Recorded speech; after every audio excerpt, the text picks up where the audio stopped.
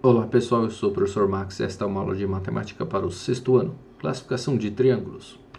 Podemos classificar os triângulos em relação aos lados. E em relação aos lados nós temos três possibilidades. Eles ter todos os lados de medidas diferentes, como este é o caso, tem esta medida 6, esse aqui 4 e esse 3. Nesse caso nós chamaremos esse triângulo de triângulo escaleno. O triângulo escaleno é o triângulo que tem todos os lados de medidas diferentes. Neste outro caso, nós temos duas medidas iguais e uma medida diferente. Neste caso, chamaremos de triângulo isósceles. É o triângulo que tem dois lados com a mesma medida. Este terceiro exemplo tem as três medidas iguais, portanto, chamaremos ele de triângulo equilátero. É o triângulo que tem os lados com a mesma medida. Vamos agora classificar em relação aos ângulos. Em relação aos ângulos, também temos três possibilidades.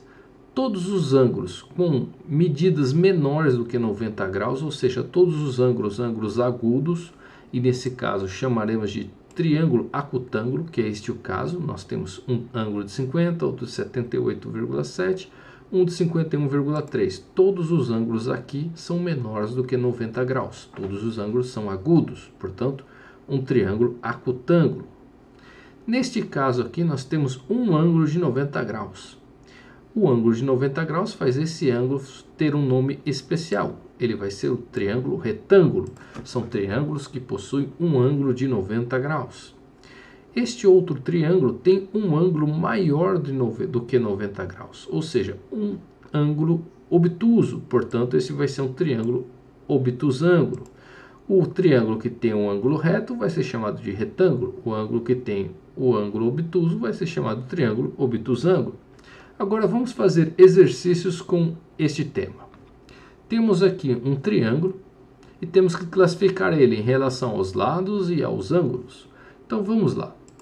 Nós temos aqui um triângulo cujos lados têm medidas diferentes. Aqui é 4, aqui é 5, aqui é 8. Portanto, é um triângulo escaleno em relação aos lados.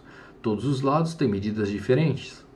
O ângulo aqui ele tem um ângulo de maior do que 90 graus, portanto, um ângulo obtuso. Então, em relação aos ângulos, ele é um triângulo obtusângulo. Muito simples, triângulo escaleno e também um triângulo obtusângulo. Vamos ao exemplo 2.